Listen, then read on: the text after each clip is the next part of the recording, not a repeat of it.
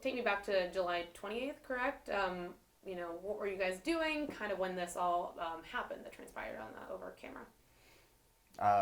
Well, for me, it was kind of like everybody else, just kind of scrambling to get around all the floodwaters and everything, trying to do what we can. And I happened to pass Detective Shute here on his way out with another one of our officers, Amanda Lobin.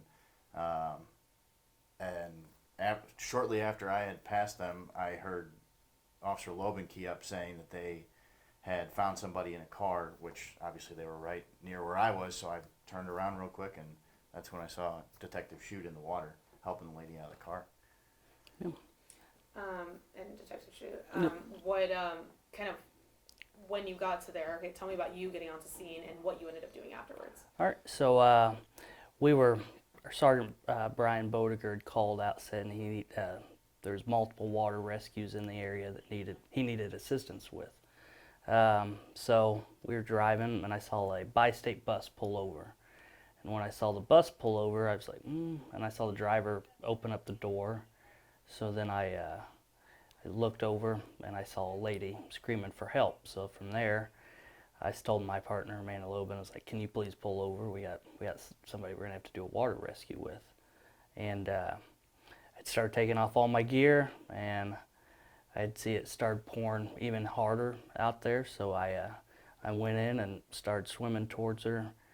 And I got to the door, and it was, all the electronics were pretty well fried, so I couldn't really get the door open the best. And finally I got it open and started to pull her out of the car, and then Officer Beffa arrived and started helping me get her to shore. Once we got her to shore, shout out to Bi-State, the bus driver there, because he was able to get her out of the elements and have her seated on the bus with a little bit of, I'm sure he turned on the heat, and we had to go on to the next call, which was another water rescue just around the corner. Yeah, and I guess what was going through your mind making that decision? Is that something that you would you guys are normally supposed to do in terms of like doing the water rescues like that? It's something that I've never encountered before, and something that really wasn't thinking. I just kind of just did it because if that was my mom or my sister out there, I'd want them to be taken care of by officers as well. Yeah, and how quickly from the moment you took her out to we see this car now submerged? Like, I guess if you weren't there, how quickly would have this all? What do you think? About a minute? Minute after I pulled her out, it went all the way under. So, yeah. Yeah, we didn't really stick around long after we got her out of the water and onto the bi-state bus so she could kind of calm down a little bit. We were already hopping in the car and onto the next one because we knew people needed help. Yeah, and do you guys have training for this, or is this something instinctual that you had to do? How do you go about doing the water rescue? It's not something that I've ever received training for. I mean, I swam when I was in the Marine Corps, but through swim quals, but nothing like this. Yeah. Especially because you don't know where the bottom or what's floating around in the water. So, I mean, sewers could have the lids come off, so if you step wrong, you're going down. You don't know if there's trees or sharp objects floating through the water while you're in it. It's kind of different, something I've never experienced. One of my main concerns when we were in the water and doing the multiple rescues was the lighting and the power lines that were all around it, and it could happen at any time. We were both in the water with her, and if anything happened, it would have been all three of us. So we just needed to get in and out as quick as we could.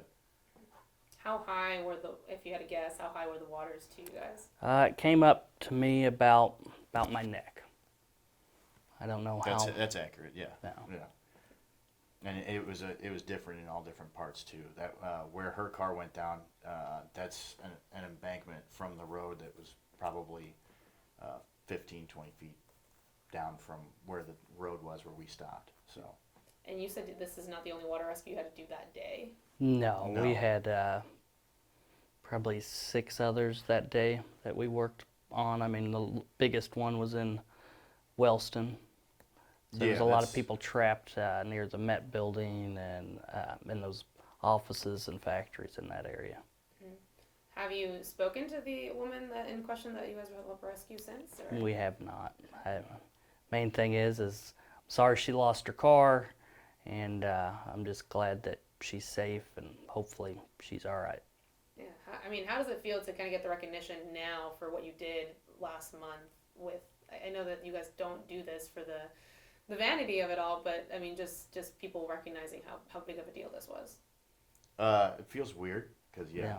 I don't like to be in the spotlight for something like this, which is why I would put this on everybody because we're just two people out of an entire unit that was out there doing the same thing.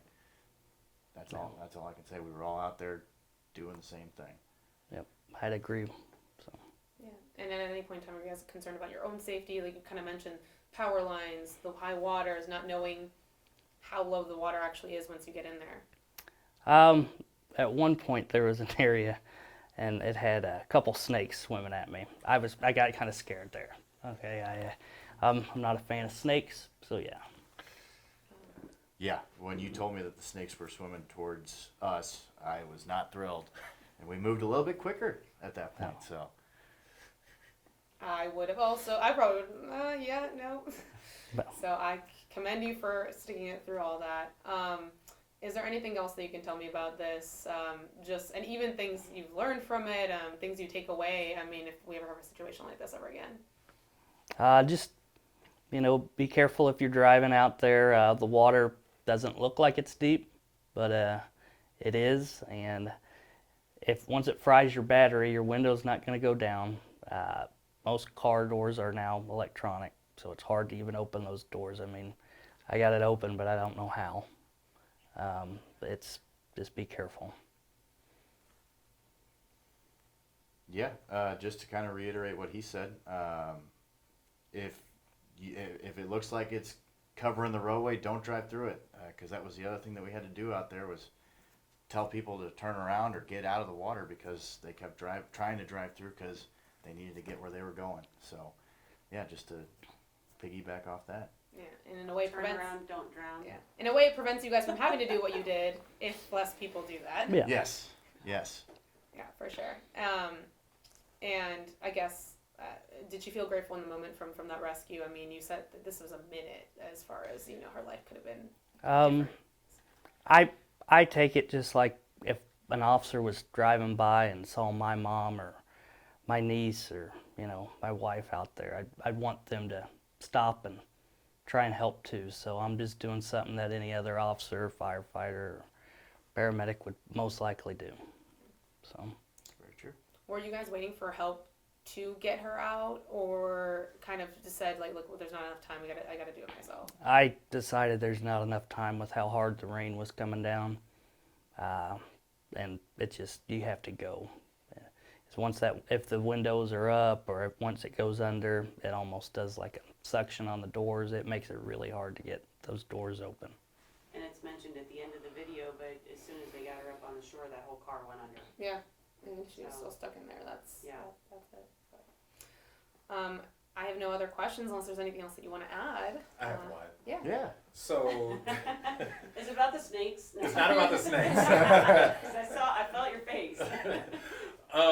So did you guys have, this is not serious at all, but did you have to finish the rest of your shift drenched in your uniform? And if so, do you guys bring an extra uniform now after that day? I will now begin to bring in an extra uniform. I would have never thought. Like, I have an extra uniform, but it was like the winter.